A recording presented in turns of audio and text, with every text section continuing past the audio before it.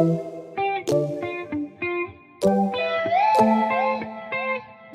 my name is Anamata and I'm a junior here at UTEP, and I'm currently pursuing the electromechanical engineering degree, and today I will be presenting project 2, which we will be learning about logic gates. So what is a logic gate? So a logic gates are a way to stage gate computations electronically. So there will be a series of gates that we're able to connect electrical signals that will have their appropriate corresponding truth tables linked to their logic gates, and we'll have more than one input and one output, and this output will determine by the input and what logic gates we are using. So the most common gates we see are the OR, the buffer, the and the NOT. And I will also be demonstrating, along with the ones I just mentioned, the NOR and the XOR gate. Okay, so for this project, the following materials will be needed: the 330 ohm resistor and the 2K ohm resistor. You will also be needing 2 push buttons, 2 transistors, any choice of LED that you'd prefer, your breadboard, and for your power supply for the first 3 logic gates that I'll be demonstrating, you will need your battery with the connector and the power supply module. You will also be needing jumper cables. You will be needing more than 3 for sure, but just to show for now what jumper cables you will be needing. And then for the extra credit part of the project, which would be the 2 gates that I mentioned lastly, you will be needing the Uno R3 controller board that you'll be connecting to your computer to use the Arduino app, and that's all you'll be needing for this project. Okay, so first, our first circuit, which is a buffer. The buffer logic is made to perform the same function as 2 inverters. The buffer gate symbol is a triangle with no bubble on the top of the output side of the gate. So the bubble would mean that it's an inverter, and the buffer does not have one.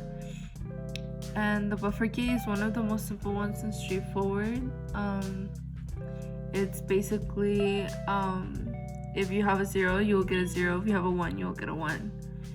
So here in this circuit, we're going to have an LED in series with a resistor. The series will be connected to the power supply, and our transistor base will be connected to the switch.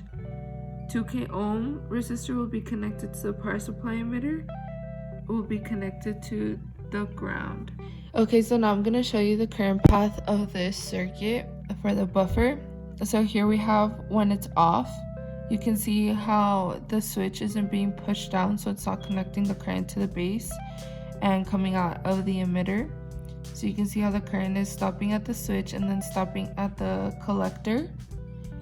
And because because the current isn't connecting to the base and the collector, then it's not coming out of the emitter. Therefore, the circuit is not being completed and the LED is off. And when it's on, you can see how the current is connecting with the base, which is here, and then the collector, and coming out of the emitter, and the circuit is complete, so therefore the current is on. And this is true to the truth table, because with a buffer, our truth table, it says that when the input is low, it will come out as low, and when the input is high, it will come out as high.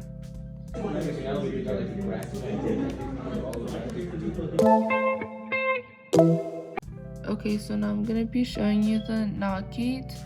So this NOT gate is also known as the inverter gate, and it has 1 input and 1 output. As an inverter, whatever you put in will come out as the opposite. So if you put in a low, the output will come out as high, and vice versa. So the symbol for the NOT gate is a triangle, just like the buffer, but the NOT gate includes the inverting bubble, which I had mentioned previously, on the output terminal. So here we can see that I had added just a few cables to the previous circuit to create this inverter gate. So when you turn it on, the light turns on immediately. But when I press the switch, it turns off. And I will demonstrate the current path to better understand how this logic gate works. So here we can see the current path when the LED light is off. So we can see that when I push the button, all the current is kind of ignoring the LED light. So it's all concentrating onto the switch. So it's turning off the LED. So all the power is going through here and out through the emitter. And that's why the LED is turned off. So when it's on, it's because I'm not pressing on the switch. So all the current is not flowing through the LED and coming back to the source. And basically it's stopping here at the switch. It's not even having contact with the emitter, so thus the LED will be turned on. And as for the truth table, here we can see, like I mentioned, when it's going to be the opposite. So let's say I have a low value. It will come out as a high value. And if I have a high value, it will come out as a low value. Okay, so now I'm going to be showing you the third circuit that I'm doing, which is the AND logic gate. This logic gate can have 2 or more than 2 inputs, but the output will only be high when all the inputs are high. The output will automatically be low if more than one input is low. They're also in series. The transistors are now in series to help make this statement true. The symbol for the AND gate has a round top and can be seen with 2 input slots and 1 output slot. There is no inverter bubble in this logic gate. So here, when we turn it on, the LED hasn't been turned on unless I push these 2 buttons. If I only push 1, it will not turn on. But if I push 2, it will turn on. If I push the other one, it will not turn on. And so on. But it has to be the 2 for it to turn on. But they have to be connected to do so, like this. Okay, so now to show you the current path of how this logic gate works. Okay, so we have here when the LED is off, and we can see how I haven't pressed any of the buttons, so the LED is off like I showed you with the circuit, meaning that there is no current coming in through this switch or this other switch, and it's not meeting the base, but this other current is meeting the collector. But since it's not meeting with the base and coming out the emitter, then the circuit will be off. And this is true for when I press one button and I don't press the other, it still won't turn on because it's in series. So I need one to be pressed and the other one to be pressed, so both have to be pressed in order for the LED to be on.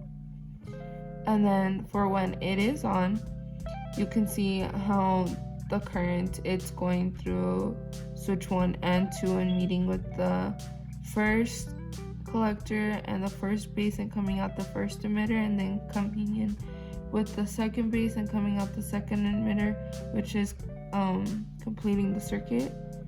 And this can be shown in a truth table. So let's say that A and B are our inputs and C is our output.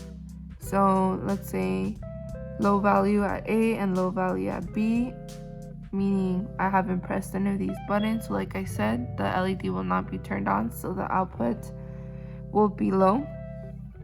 And then let's say that A is low and B is high, meaning I pressed one button but I didn't press the other, and like I mentioned, it still won't be turned on because I need both of them to be turned on so it can be a high value. So this will be a low value still. Let's say A is 1 and B is 0, then like the previous one, it will still be low because I need to press both. And lastly, A is high and B is high, meaning that I have pressed both buttons, and that means that I will have a high value. That means that the LED has been turned on. Okay, so now I'm gonna show you the OR gate, which is our fourth circuit of the project. So this logic, we can have 2 or more than 2 inputs. The output is only low when all its inputs are low. And the symbol of this gate looks like an arrow with rounded sides and a curve at the input sections with 2 inputs, A and B. And on the right side, we have 1 output. And we can see here how this gate works. So we're gonna turn it on.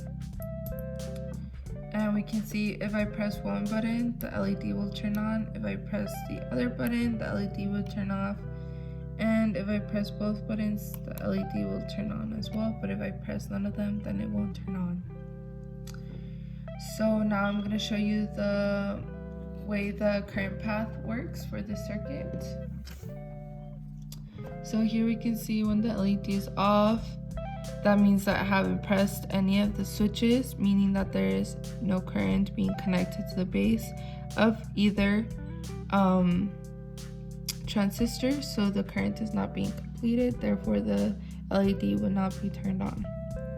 And now we can see when it's on, we can see that when I press one button, which will be this one, the current connecting to this base will allow the LED to be turned on even if this one is not being pushed down. This is due because the transistors are in parallel, and when in parallel, you don't really need the other to do the job, so you can have either or. And this is exactly what it's doing. So even if I don't press this one but I press this one, we will still have light on the LED. And if I press both, then the current is connecting to both transistors, meaning that the LED will still be turned on. So the truth table to back up this claim is shown below, which I'm going to draw it. So we will have our inputs, which are A and B, and our output, which is C. And how I mentioned, when I have not pressed the buttons, which means that we will have low inputs, the output will be low because I have not touched any of the switches, so therefore the LED light is not on. And let's say I pressed one switch, so we have low A and high B, then the LED will turn on because we are in parallel circuit, so the output will be high. And then vice versa, A is high and B is low, we will also have a high output. And when I press both, A and B are high and C will be high because LED will still be turned on when I press both. Okay, so here we have circuit number 5, which is the NOR gate. So this NOR logic gate has more than 2 inputs. The output is high only when all the inputs are low, so it has to be 0, 0 for it to be 1.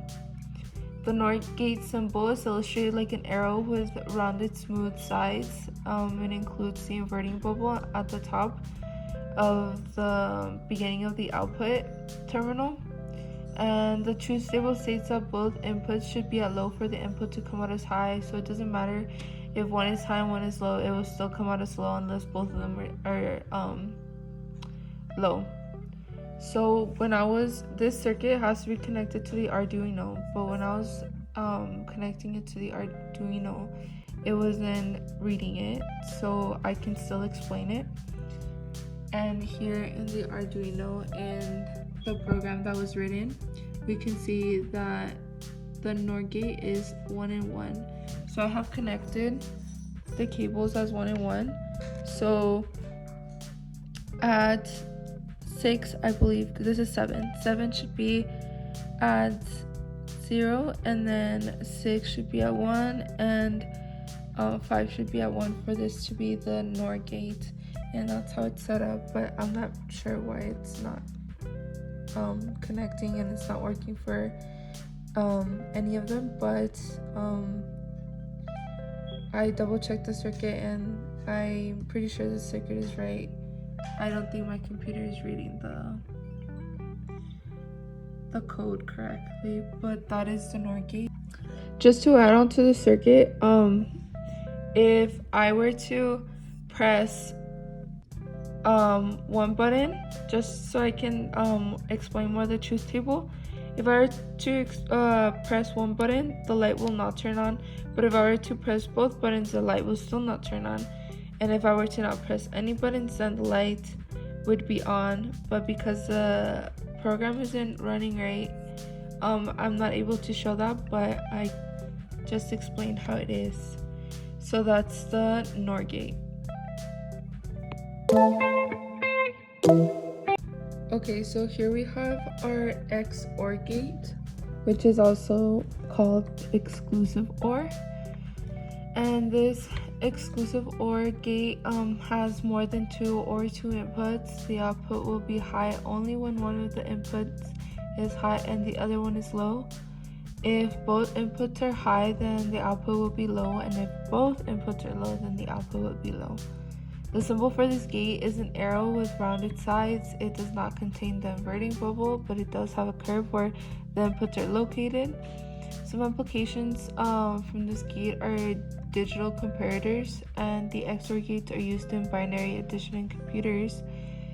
So in the code that was written, we can see that here, for it to be an XOR, it has to be high, high, and low. So that's how I've connected the circuit. It's in high, high, and then low. But yet again, my computer is not picking up on the program, so I'm just gonna explain it as if it were turning on. Okay, so if I were to press both of these buttons, the output will be low. Can't get to it. It would be low, so it wouldn't be turning on. Even if I don't press on them, it still wouldn't turn on, but if I did press one of these, it would turn on, and if I press this other one and not the first one, it would still turn on. So it has to be, one has to be pressed and the other one doesn't for it to be turning on, and that's the XOR gate.